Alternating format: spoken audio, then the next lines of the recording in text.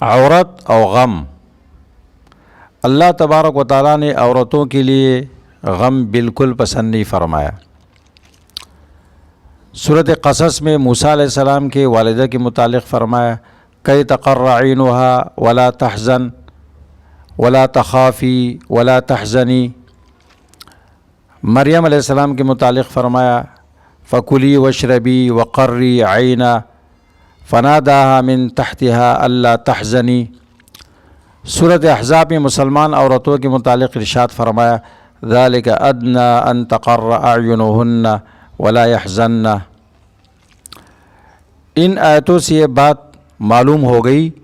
کہ غم سے عورتوں کو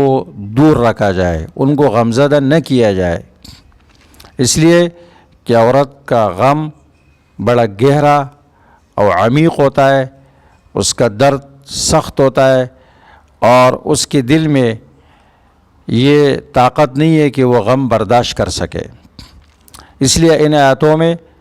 آنکھوں کی ٹھنڈک اور غمزدہ نہ ہونا ارشاد فرمایا گیا ہے۔ لہٰذا آپ نامناسب بات کر کے اپنی والدہ کا دل نہ توڑے، اپنی بہن کا مذاق اڑا کر اس کا دل زخمی نہ کرے، اور خبرگیری نہ کرنے کی وجہ سے اپنی بیوی کا دل مت توڑے، اور اپنی بیٹی کو سینے سے لگائے اور اس کے سامنے خندہ پیشانی سے پیش آئے،